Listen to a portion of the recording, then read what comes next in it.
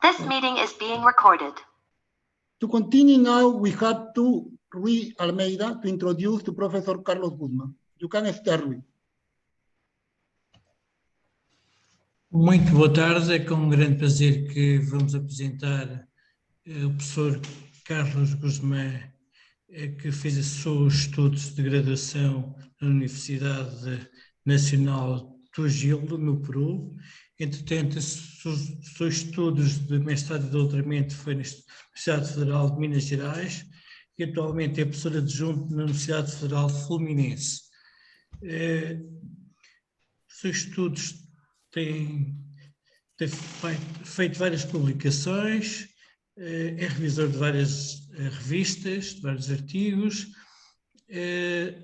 e hoje vai-nos falar sobre a equação de Schrödinger, especialmente on the inhomogeneous non-linear Schrödinger equation. Muito prazer. Obrigado, Rui. Muito obrigado pela apresentação. Bom, primeiro gostaria de agradecer ao Juan pelo convite, tá? Pela oportunidade aqui de apresentar nesse seminário, que é um seminário muito conceituado atualmente, tá? Muito obrigado pelo convite. Bom, e nessa oportunidade eu vou apresentar alguns trabalhos que eu tenho desenvolvido nesses últimos anos sobre a equação de Schrödinger não linear não homogênea. Primeiro, eu gostaria de agradecer a duas agências pelo apoio financeiro, a CAPES e recentemente a FAPERJ pela Bolsa de Jovem Cientista. Agradecer às duas agências pelo apoio para poder fazer possível a nossa pesquisa, tá? Bom, o que eu gostaria de falar nessa palestra é basicamente três tópicos. Uma introdução primeiro do problema, depois a existência da solução e depois o comportamento da solução, tá? Principalmente ou especificamente o problema de espalhamento.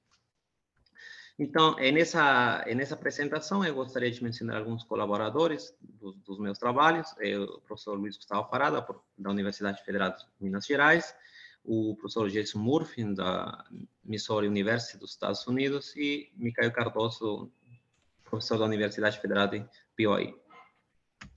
Bom, então nessa apresentação eu gostaria de falar basicamente três trabalhos. Esse primeiro trabalho de boa colocação, que foi publicado em 2017 no Linear Analysis, é um primeiro trabalho que abriu uma janela para poder pesquisar mais esse problema, porque inicialmente tinha bastantes problemas relacionados à equação de Schrödinger, mas só no caso homogêneo. Daqui a pouco eu vou explicar melhor o problema. Bom, após esse primeiro trabalho, um trabalho interessante que a gente conseguiu provar é o comportamento assintótico da solução, que provei conjuntamente com o Luiz Fará em 2017. A gente conseguiu provar o espalhamento, o scattering da solução, no caso 3D, e no caso radial. Esse resultado faz parte de ainda que quando estava estudando o doutorado, e é um resultado interessante, pois a gente conseguiu aplicar uma técnica muito conhecida naquela época, que eu vou explicar também daqui a pouco. É um trabalho que foi provado por Kenning e Merlin. A gente conseguiu adaptar as técnicas que desenvolveram para poder provar o comportamento assintótico, nesse caso, da equação não homogênea. Tá? E também eu gostaria de falar sobre um recente trabalho que eu fiz em conjunto com Jason Murphy, estudar o comportamento assintótico para casos não radiais. O artigo anterior foi para casos radiais e aqui a gente conseguiu fazer para o caso não radiais, ou seja, a gente conseguiu estender, de alguma forma, trabalhar para dados gerais. E nesse caso, para o caso específico da energia crítica. O caso anterior, o artigo anterior foi para o caso intercrítico, que daqui a pouco eu vou explicar o que significa esses casos, tá? Então, eu gostaria de falar nesse seminário esses três trabalhos, vou focar principalmente nesses três trabalhos, tá? Bom, beleza. Então, qual que é o problema que a gente trabalhou, ou a gente vem trabalhando? É a equação de Schrödinger não linear, não homogênea. Não homogênea porque nessa não linearidade temos essa função x elevado a menos b. Se, por exemplo, bom, nesse caso, o b é um parâmetro positivo, alfa é um parâmetro positivo, então aqui temos uma singularidade na origem. Essa equação é chamada de equação não homogênea. E nos últimos 5 ou 6 anos tem sido estudado bastante, não só para o caso desse operador laplaciano, mas para outros operadores também. Tá? Bom, a equação de Schrödinger, bem, da física, né?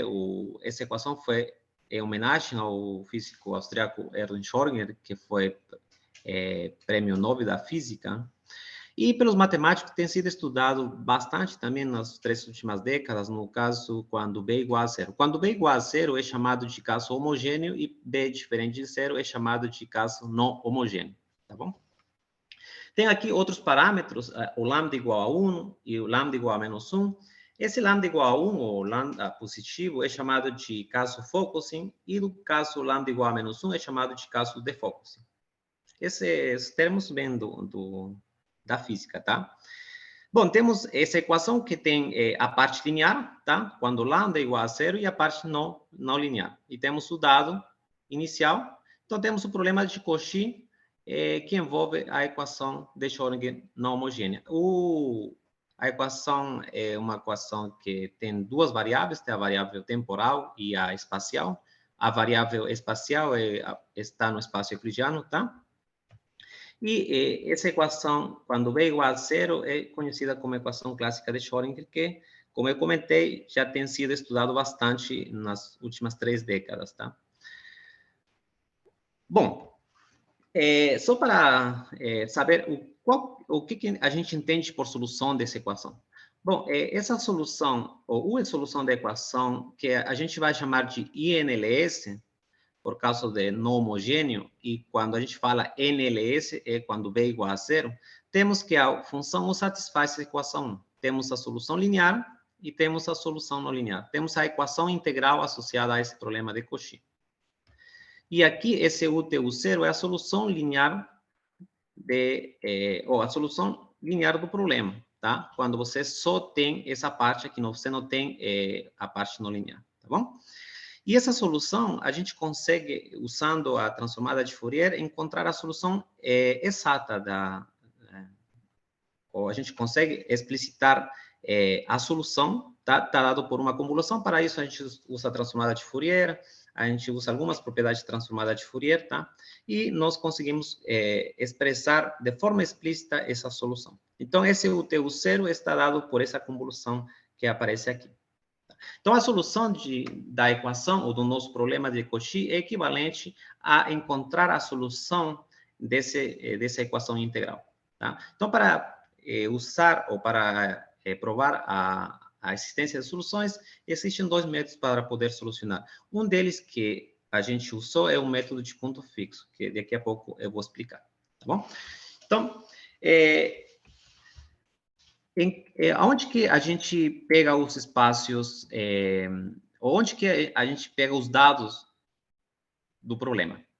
Bom, o dado do problema, a gente vai pegar o espaço de Sobolev fracionário, os espaços HS. Os espaços HS são as funções que estão em L2 e as funções, a norma dessa função é finita. Tá? E a norma em HS está dado pela transformada de Fourier multiplicado por esse polinômio e você integra. Tá? Bom, se a gente faz um pouco de conta, essa função basicamente são as funções que estão em L2 e as derivadas fracionárias de f estão em L2. Então, esse espaço generaliza os espaços de ordem inteira, ou seja, os espaços WM2, tá? Porque aqui o S pode ser tanto positivo como negativo, pode ser um número real. Tá? Então, temos o espaço HS e também podemos definir também o espaço HSR, as funções que estão em LR e as derivadas fracionárias também estão no espaço LR. Então, a gente vai pegar o dado inicial nesse espaço HS. Bom, e aonde que mora a solução?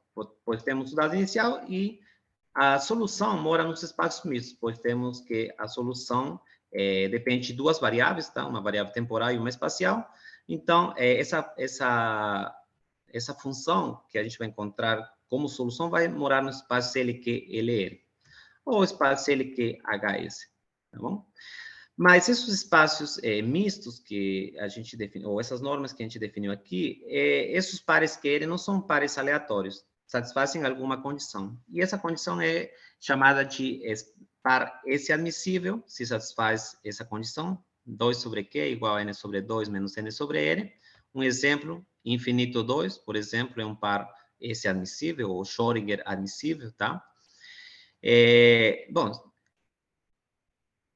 e como a gente vai pegar vários pares admissíveis, a gente pode pegar ou usar essa norma um pouco mais geral, a norma que está dada pelo SUP de todas as normas LQ-LR. Por que a gente usa essas normas SL2? Pois, no caso da equação homogênea, onde aparece o termo x menos b, quando b igual a zero, ou seja, o caso homogêneo, a gente, para encontrar boa colocação local, global, pega só um par admissível, porque com um par admissível, a gente consegue provar a boa colocação local e global. Porém, quando você tem x menos b, uma das dificuldades quando aparece essa função é que se a gente quer colocar, por exemplo, esse x menos b em um espaço LP, no espaço euclidiano todo, essa norma não é finita, tá? Então, para poder estudar ou resolver o problema, nós tivemos que dividir tanto na bola como fora da bola. Então, se você coloca um espaço LP, ou esse x menos b em uma norma LP, se você está dentro da bola, você consegue provar que é finita, e se você coloca fora da bola, você também consegue fazer isso. Então, uma primeira ideia que a gente teve para poder solucionar ou encontrar a boa colocação foi fazer isso, dividir o espaço euclidiano na bola e fora da bola, tá? Ótimo. Então, uma vez que a gente tem onde que vamos pegar os dados iniciais e onde que vai morar a solução, será que essa equação tem algumas propriedades interessantes que vai nos ajudar no estudo do problema? Bom, tem basicamente duas identidades preservadas. A massa, que está dada pela norma de U em L2, tá? Quando você fixa o T, ou quando você fixa o X, né? E você tem a energia. A energia que está dada por essa norma do gradiente, menos essa norma da não-linearidade em L1. Essa norma, ou essa energia, é preservada. Bom, uma primeira característica, ou diferença entre a equação NLS, que é a equação quando B igual a zero, com a equação INLS, é que a equação INLS, o momento não é preservado. E para o estudo do comportamento assintótico da solução, essa propriedade de momento ser preservado é fundamental para provar o comportamento assintótico. Mas aqui na equação INLS, essa propriedade não é satisfeita, tá? E por que é importante provar que esse momento é preservado? É importante para estudar principalmente os casos não radiais. Então, inicialmente, o estudo da equação INLS, a gente conseguiu fazer para o caso radial, porque para o caso não radial não tínhamos a propriedade.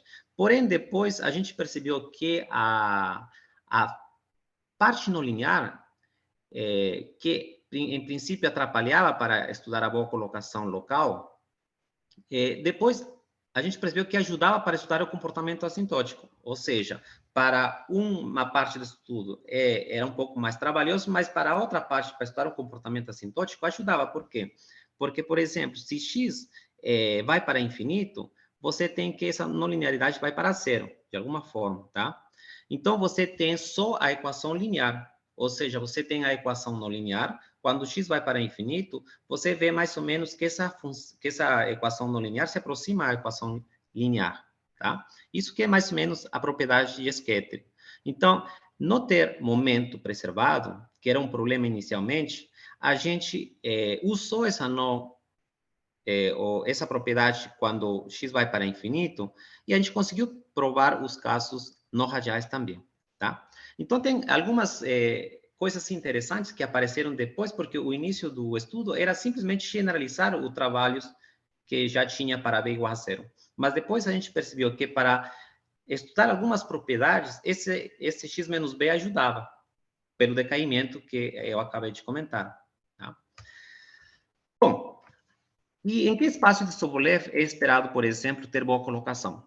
Então, para isso, a gente precisa encontrar o índice crítico de Sobolev. Como assim? Bom, vamos pegar uma solução do problema e vamos rescalar essa solução por essa nova função que aparece aqui, tá? E vamos pegar a norma, ou a derivada fracionária em L2 do dado inicial, ou seja, você tem t igual a zero, você tem um novo dado inicial, e se a gente faz a conta, uma conta que não é tão complicada, a gente chega a essa igualdade aqui. Você tem a derivada fracionária de U0, tá? Em L2, e aqui você tem uma expressão. Agora, para que essas normas sejam preservadas, é necessário que esse expoente tem que ser zero para essas identidades ser preservadas, ou essas normas ser preservadas. Então, se você pega esse expoente igual a zero, você encontra um valor para esse. E esse valor para esse, nesse caso específico, está dado por n sobre 2 menos b sobre alfa. E uma vez que a gente encontra o expoente crítico de Sobolev, por que é importante encontrar isso? Porque é esperado que acima desse expoente, acima desse expoente é esperado ter boa colocação. Não temos uma regra específica que fale, se você tem essa condição, você tem existência de soluções. É esperado, tipo, é uma condição necessária, não é suficiente. Mas, mesmo sendo uma condição necessária, já ajuda para ver aonde que a gente vai ter que trabalhar, tá? Bom, uma vez que nós temos esse expoente crítico Sobolev, a gente tem os diferentes casos que eu comentei inicialmente, tá? dos trabalhos que a gente conseguiu publicar. Bom, o primeiro é o caso L2 crítico, quando SC é igual a zero. Lembrando que, se você tem o espaço HS, que está dado pelas funções que estão em L2 e a derivada que está em L2, no caso, quando SC é igual a zero, você tem especificamente o espaço L2, ou seja, H0 é o espaço L2, por isso que é chamado de L2 crítico. Se você tem SC igual a zero, pela condição aqui, ou pela igualdade aqui, você tem um valor para alfa, tá? Então, o valor para alfa é 4 menos 2b sobre n, tá bom? E o caso H.1 crítico, ou a energia crítica também que é chamada, o caso L2 é chamado também massa crítica, é quando alfa é dado por 4 menos 2b sobre n menos 2, pela igualdade do expoente crítico. Quando SC é igual a 1, você tem alfa dado por esse valor, e nós temos o outro caso. E o caso que está entre 0 e 1 é chamado do caso L2 supercrítico ou H1 subcrítico, ou, de forma mais simples, o caso intercrítico. Então, temos três casos: o caso L2 crítico, o caso H ponto crítico e o caso intercrítico. E a gente começou a fazer um estudo dos diferentes casos que a gente tinha. E lógico que a gente começou pelos casos um pouco mais simples, tá? Porque inicialmente eu vou apresentar alguns trabalhos que já tinha na literatura, tinha mais de uma forma usando teoria abstrata do Cazenave. Eu vou explicar daqui a pouco. Mas o interessante de usar o outro método, o primeiro método que é usado as técnicas ou ferramentas de Cazenave, é chamado de método de energia. Porém, era necessário falar se a solução morava nos espaços mistos, que é uma propriedade fundamental para poder estudar o comportamento assintótico da solução, tá bom? Então, vamos lá. Qual que é o primeiro resultado que a gente conseguiu? Ou nesse trabalho que eu comentei inicialmente, quais são os resultados que a gente obteve? Antes disso, eu vou só comentar algumas coisas que já tem na literatura, tá? Gunov e Stuart, em 2008, eles provaram que esse problema é bem colocado em H1. Como temos o parâmetro B tem que estar entre 0 e mínimo entre 2 e n, ou seja, por exemplo, se n é igual ou maior ou igual que 3, o B tem que estar entre 0 e 2. E alfa entre 0 e 2 estrelas. E esse 2 estrelas é 4 menos 2b sobre n menos 2, ou seja, é o limite do caso crítico, H1 crítico. Então, como é menor, a gente tem, eles provaram para o caso H1 subcrítico, que esse problema é bem colocado localmente. E a solução mora nesse espaço CH1, que é esperado, mas eles fazem no sentido distribucional. No caso desse trabalho específico, o espaço mora nas funções contínuas de 0t e H-1. H-1 é o dual de H1. Tá? Então, o estudo que eles fazem é usando a teoria distribucional. Então, por exemplo, a gente tem que a solução mora nesses espaços CH1, porém não mora nos espaços mistos. Isso que eu comentei que é uma propriedade fundamental para poder estudar o comportamento assintótico. Tá? Bom, para o caso lambda igual a menos 1, o problema, o estudo é um pouco mais simples, ou seja, o caso de focus. Por que é um pouco mais simples? Porque a massa, como a gente falou, é preservada. E a energia tinha uma norma menos outra. Quando você tem menos, com esse menos daria mais, tá? Então, você consegue limitar a norma do gradiente. Então, como você limita a norma do gradiente, você teria que a norma do gradiente em L2 é limitado, a norma de U0 é limitado, então você tem uma norma em H1 limitado. Então, com isso, você consegue estender a solução local para a solução global. Então, no caso de focusing, o estudo é um pouco mais fácil, tá bom? O caso mais interessante é o caso de focusing, tá? Bom, o Gounod provou para o caso focusing em 2012 que esse problema é globalmente bem colocado em H1 quando alfa, ou seja, é igual a 4 menos 2b sobre n, ou seja, o caso da massa crítica, mas em H1. Mas que condição que ele colocou para ter boa colocação global? A condição é que essa norma do dado inicial em L2 é menor que a norma dessa função Q em L2. E quem que é essa norma Q em L2? Essa norma Q em L2 é a solução elíptica associada à equação de Schrödinger. Como assim? Bom, a solução 1, se a gente coloca como uma exponencial, por exemplo, L elevado a IT multiplicado por essa função, essa U é solução se essa Q é solução dessa equação elíptica. E essa equação elíptica é chamada de ground state. Então, se você tem essa condição onde esse que é o ground state, você tem a boa colocação global quando alfa é igual a 4 menos 2b sobre n, ou seja, quando esse c é igual a 0. E a pergunta é, o que acontece no caso intercrítico? Tá. No caso intercrítico, o Farah, em 2015, ele estendeu esse problema para a faixa intercrítica toda, tá? Ou seja, alfa maior que esse valor e menor que 2 estrelas, é equivalente a falar que o índice, ou exponente crítico de Sobolev está entre 0 e 1, tá bom? E, bom, esses resultados são resultados globais, né? Porque, como a gente comentou, é esperado ter boa colocação abaixo ou acima do crítico. Como esse C é menor que 1, tá? Ou seja, está abaixo do crítico, então você tem a boa colocação em H1. Então, você tem a boa colocação local, agora a boa colocação global, você precisa de algumas condições. Aqui, nesse caso, quando esse C é igual a 0, você simplesmente precisa dessa condição. Aqui, quando esse C está entre 0 e 1, você precisa dessa condição 3, essa condição 4. Essas condições são chamadas de condições de massa-energia, porque aparece a energia e aparece a massa.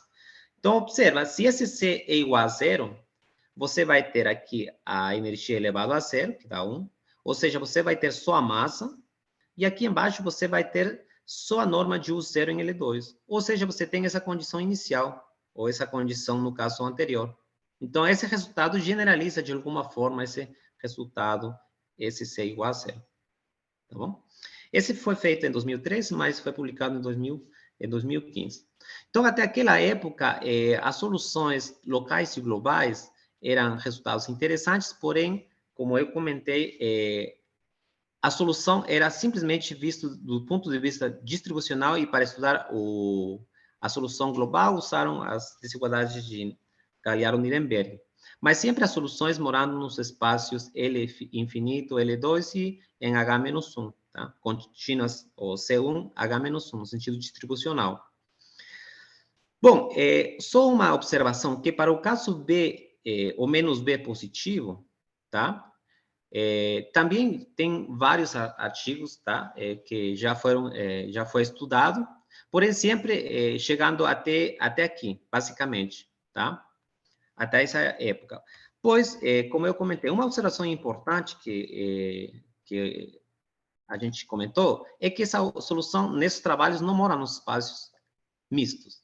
E qual que é a importância de morar nos espaços mistos? A importância é para estudar o comportamento assintótico, principalmente espalhamento. Qual que é esse critério? Se U está em L infinito H1, bom, essa condição já tinha os trabalhos anteriores que eu acabei de mencionar. Porém, se essa U também mora nesses espaços mistos, então a solução global se espalha em H1. Então, para poder estudar o espalhamento, é preciso estudar a boa colocação local e global. Uma vez que a gente tem a solução global e local, a gente começa a estudar o comportamento assintótico, tá bom? Beleza. Como aqui, esse critério de scattering, para o caso intercrítico, esses espaços mistos têm uma condição adicional, n sobre 2 menos n sobre l, que a gente tinha colocado que era um par admissível, tá? Ou S admissível. Aqui, quando você tira menos SC, a gente chama de par H.SC admissível, tá? Um par que tem esse termo aqui. Quando SC é igual a zero, você tem um par L2 admissível, tá? Mas o interessante aqui é que se você tem as duas condições, você tem espalhamento. Então, como você faz, ou como que a gente prova para poder chegar a ter essa propriedade? Então, até aquela época, não tinha essa propriedade, né? Então, a gente começou a trabalhar usando o outro método que eu comentei, que é o teorema de ponto fixo, para poder ter primeiro a boa colocação local, global, e depois tentar estudar o comportamento assintótico, tá? E isso que a gente conseguiu nesse trabalho, tá? Boa colocação local e boa colocação global desse problema. Porém, esses resultados que eu vou mostrar aqui são um pouco mais fracos que o anterior, porque a gente precisou de colocar algumas condições, porque o parâmetro B um pouco atrapalhava para poder fazer o estudo, tá? Então, o primeiro resultado foi um teorema de boa colocação em alfa menor que 2 estrelas, ou seja, o caso H1 subcrítico, né? N maior ou igual que 2, N igual a 1, a gente não conseguiu provar usando esse método de ponto fixo, ou método de Cato, que é chamado. E B, se você coloca entre 0 e B estrela, então esse problema é bem colocado em H1. Lembrando que no caso dos trabalhos anteriores, o B estava entre 0 e o mínimo entre N e 2. Nesse caso, B estrela é 2 quando N maior ou igual que 4 e N sobre 3 se N igual a 2, 3. Então, por exemplo, se B estrela é igual a 3, então o B está entre 0 e 1. Se B estrela, ou se N é igual a 2, então você tem que B estaria entre 0 e 2 sobre 3. Ou seja, a gente colocou uma restrição um pouco a mais para o parâmetro B. Mas mesmo assim foi interessante, pois com essas condições a gente conseguiu provar que essa solução mora nesse espaço, que é um espaço natural, e aqui tem os espaços mistos, tá? Então, com isso, a gente conseguiu o que queria, né? A gente conseguiu a propriedade que é fundamental para provar o scattering, tá? Beleza. Então, só alguns resultados, logo após esse trabalho, alguns resultados que melhoraram nesse trabalho, em dimensões, por exemplo, 3 e 2. O Jim, ele melhorou, a gente só conseguiu chegar até o phase entre 0 e 1, e o Jim conseguiu estender entre 1 e 3 sobre 2. E em dimensão 2, conseguiu estender de 2 sobre 3 até 1. Mas no caso N igual a 3, ele colocou uma restrição superior aqui, adicional. 6 menos 4B, 2B menos 1. E o ideal seria 4 menos 2B sobre N menos 2. Ou seja, quando N igual a 3, o ideal seria alfa menor que 4 menos 2B. Tá? Mas mesmo com essa restrição que colocou aqui, pelo menos conseguiu ter um intervalo maior para o B. Tá? E, posteriormente, Xu e Li, em 2019, ele conseguiu ter o resultado em dimensão 3, o resultado melhor, ou seja, o resultado entre 0 e 4 menos 2B, que é o natural, tá? Porque estamos no caso H1 crítico, né? Ou H1 subcrítico. E aqui, B entre 0 e 3 sobre 2. Lembrando que no caso dos trabalhos anteriores, o B era menor que 2 quando n igual a 3. Mas usando o método de ponto fixo, o melhor resultado que se encontrou até agora foi 3 sobre 2. Tá? 3 sobre 2. Isso é porque, como eu comentei, a gente teve que fazer dividir o espaço euclidiano como? Bom, dentro da bola e fora da bola. Tá? Então, quando a gente fez isso, a gente teve que restringir essa condição do B. Tá? Ou seria interessante, talvez, um problema em aberto, fazer o caso 3 sobre 2 até 1. É preciso salientar no seminário que tem outros trabalhos que eles conseguem chegar até 2, porém eles usam os trabalhos usam espaços com peso. Bom, quando você usa espaço com peso, você bota o x menos b, a não linearidade, dentro do espaço. Então, de alguma forma esperado você ter um resultado melhorado, tá? Um resultado melhor. Mas só com os espaços estándar, o melhor resultado que se encontrou foi até 3 sobre 2, tá? Beleza. Então, isso é relacionado aos resultados locais, tá? E o resultado global. Quais são os resultados globais?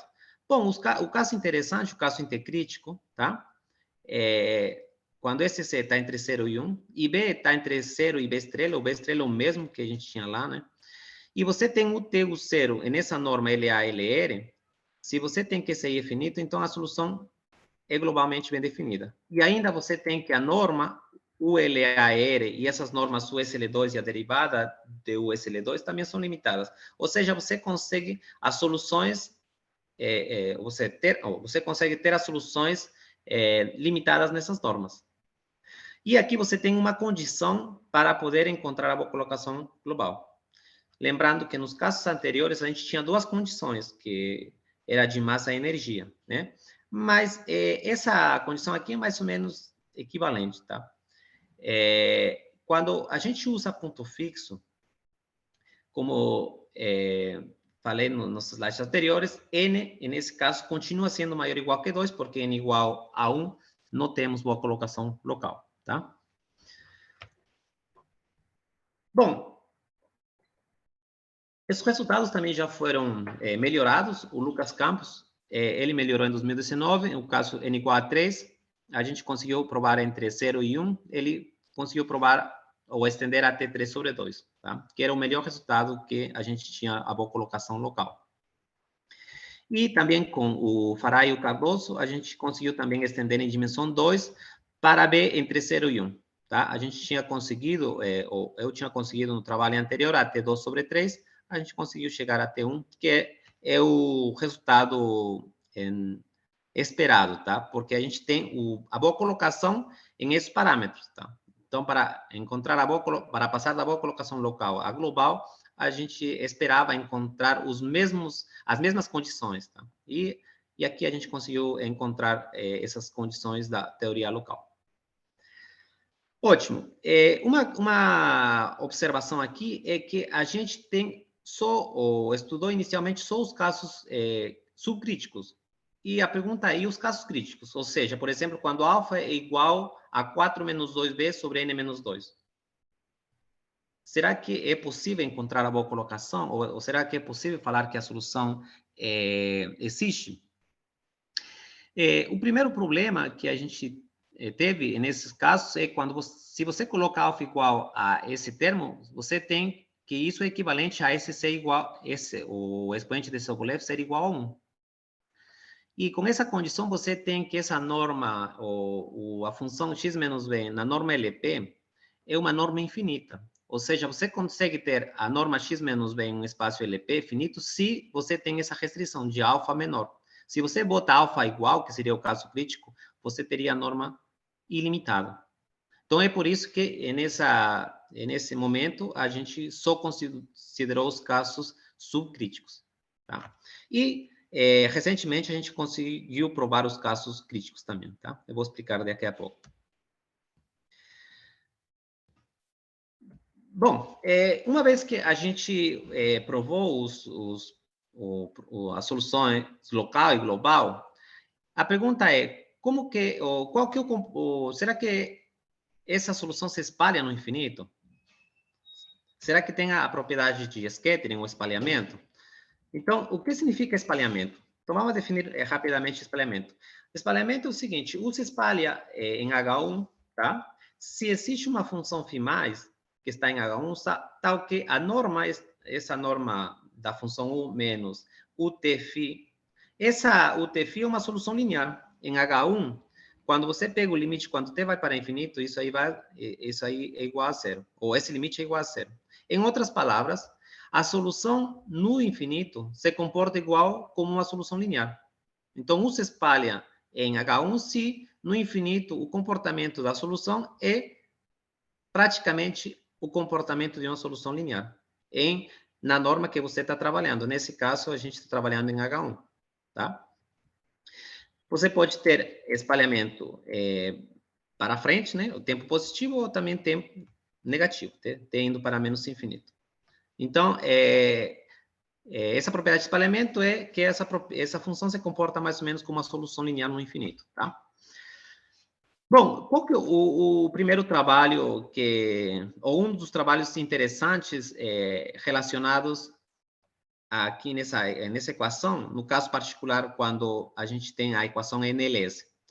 Então, o primeiro trabalho, bastante interessante e bastante celebrado também, é o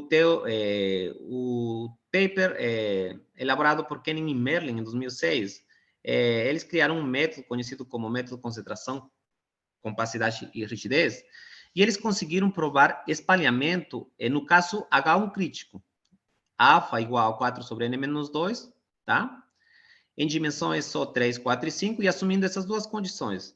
Essas duas condições vêm das outras condições que a gente tinha falado, porque, nesse caso, quando alfa é igual a 4 sobre n menos 2, o expoente crítico é 1.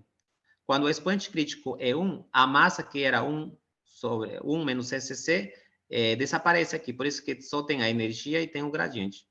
Se você tem essas duas condições, você tem espalhamento em H1. Mas aqui, a condição adicional é a condição de radialidade. Tá? Então, esse trabalho foi muito celebrado e, após esse trabalho, inúmeros trabalhos foram feitos, não somente para essa equação de Schrödinger, mas para outras equações que estão na área de equações dispersivas. Tá bom? Mas a gente estava comentando que os casos intercríticos que a gente conseguiu provar, porque para o caso crítico a gente não conseguiu provar a boa colocação global. Tá? Então, como que a gente consegue fazer isso para o caso intercrítico? Mas o interessante é que tem alguns trabalhos que já foram feitos para o caso da NLS, quando B igual a zero, para os casos intercríticos e, na verdade, para todos os casos. Então, uma vez que foi feito esse trabalho, tem muitos trabalhos que generalizaram. Por exemplo, Killick e Visan, em 2010, eles estenderam os resultados para n maior ou igual que 5, tá? Bom, depois eu vou comentar um pouco para n maior ou igual que 5 e dados radiais e para dados não radiais, é possível ter scattering. Para n igual a 4, recentemente Dodson provou também que a solução se espalha em H1, né? H1 ponto, para dados não radiais. Tá? Então, esses trabalhos generalizaram os casos radiais para não radiais em dimensões altas. Para n igual a 4, é um trabalho que recentemente Dodson já provou. E no caso n igual a 3, é um problema mais ou menos um pouco famoso, porque é um problema ainda em aberto. Para o caso da NLS, quando B igual a 0, em dimensão 3. Em dimensão n maior ou igual que 4, já foi provado. Em dimensão 3, foi provado só para o caso radial. Para o caso não radial, ainda está em aberto. É um problema bastante interessante, tá? Mas, no caso da INLS, que a gente estudou desde há uns 5 anos, a gente conseguiu provar espalhamento em dimensão 3. Ou seja, para o caso da equação INLS, é possível provar espalhamento, mas para o caso da equação NLS ainda está em aberto. Isso pois a parte não linear com x menos b ajuda para fazer esse estudo. tá? Mas vou explicar daqui a pouco esse resultado interessante também.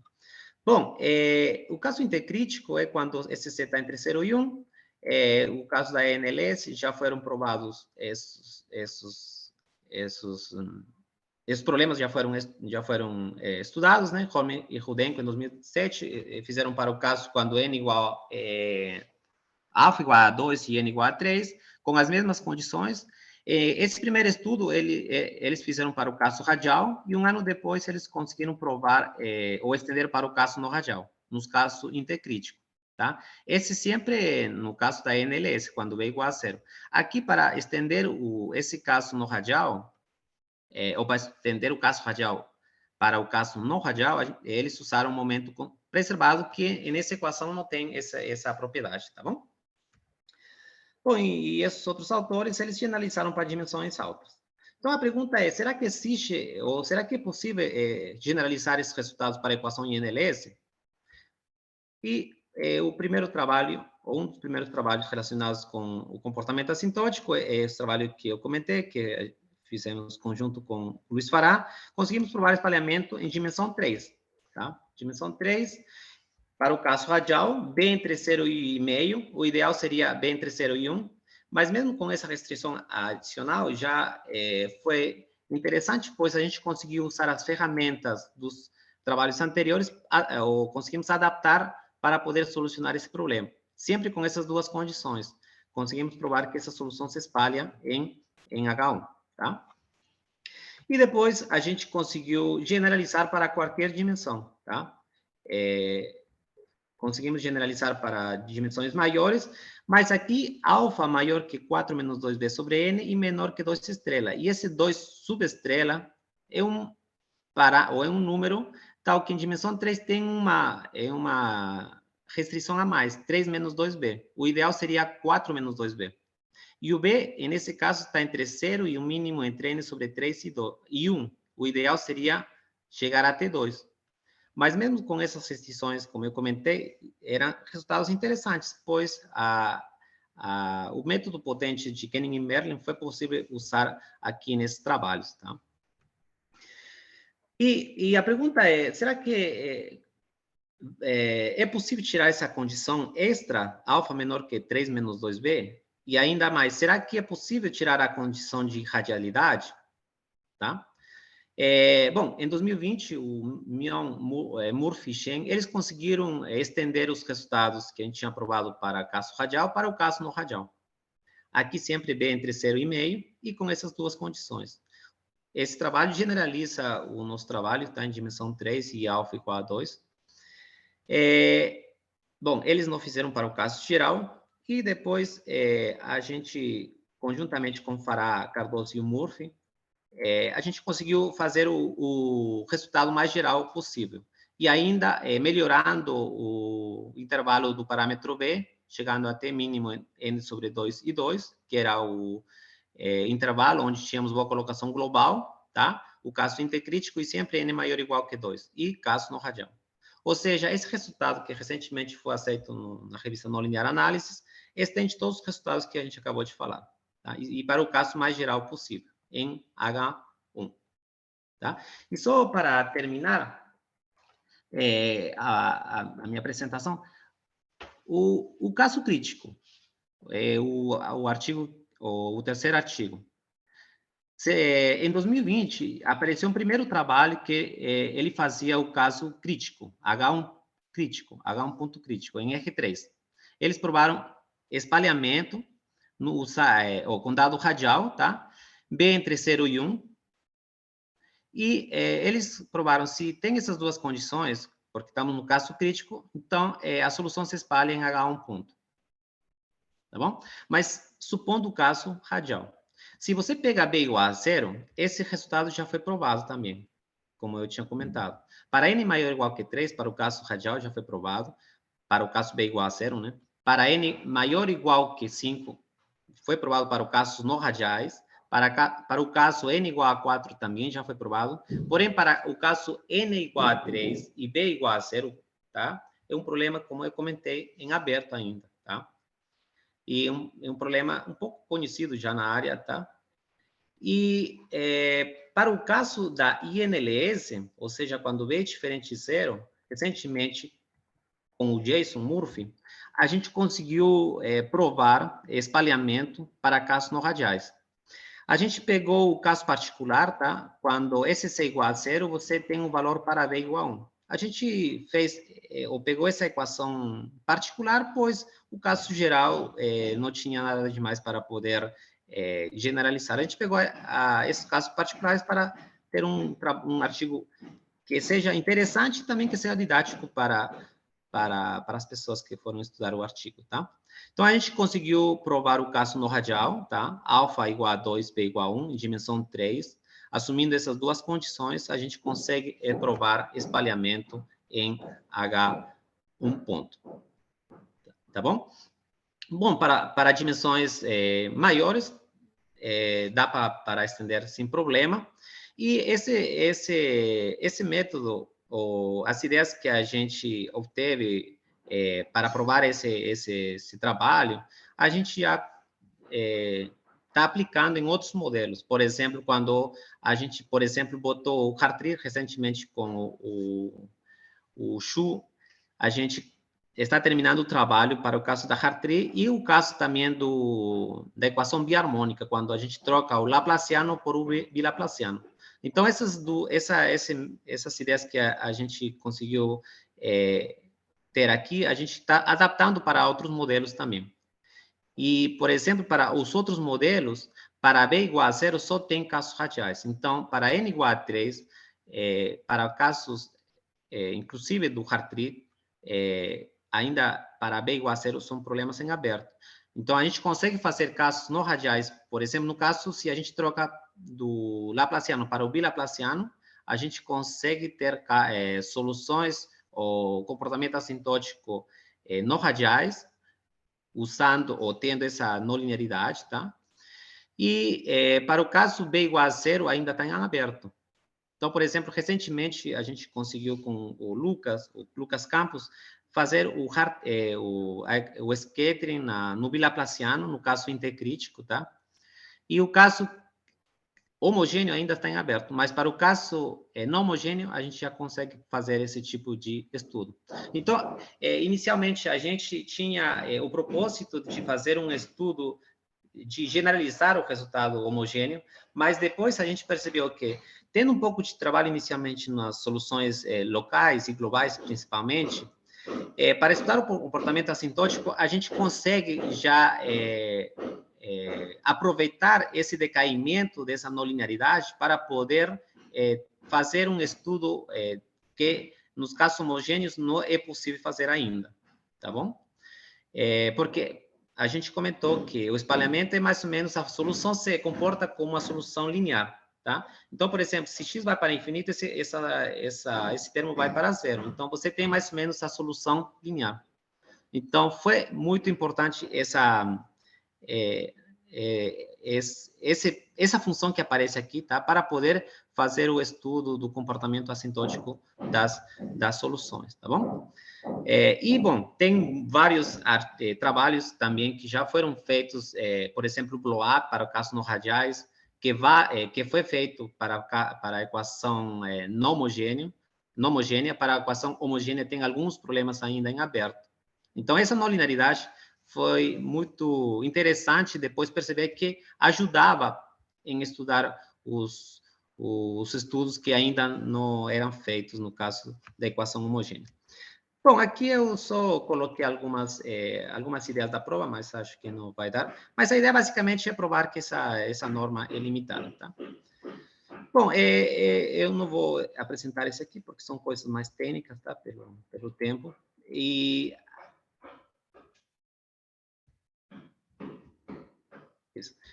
só para comentar, como eu tinha comentado, essa equação não homogênea já foi... bom, se você troca o Laplaciano por outro operador, já tem vários trabalhos que já foram feitos. Se você, por exemplo, troca x menos b por xb quando b é positivo, já tem vários trabalhos também que já foram feitos. Então, nos últimos 5 ou 6 anos, tem se desenvolvido bastante esse tipo de equações, tá? Inclusive, para sistemas, a gente está tentando fazer para poder ter um comportamento assintótico como a gente apresentou aqui. Mas é interessante salientar também, tem novas técnicas, inclusive o scattering que a gente provou no caso intercrítico, a gente, bom, já tem, por exemplo, algumas ferramentas um pouco mais interessantes que permitem calcular ou provar sem usar o método de Kenning e Merlin. Usando algumas desigualdades, consegue provar o resultado sem usar esse método, porque esse método que eu comentei aqui é um método muito potente, tem que passar por inúmeros processos para poder chegar à solução, tá? Então, tem alguns trabalhos que já tem na literatura que evita um pouco as coisas técnicas e os artigos que inicialmente eram de 30 a 40 páginas fazem em 8 ou 9 páginas, tá? Bom, então acho que era isso que queria apresentar. Eu agradeço novamente pela oportunidade de ter me convidado para participar aqui no seminário. Obrigado a todos, tá? Muito obrigado pela sua apresentação, Carlos. Impressão que foi muito ilustrativa a sua apresentação, muito didática, fez-nos um resumo muito bom sobre o estado da equação de Schrödinger, como sabemos, tem muitas aplicações na física. Agora estamos abertos a questões que queiram colocar. Alguém tem uma questão, sugestões a apresentar?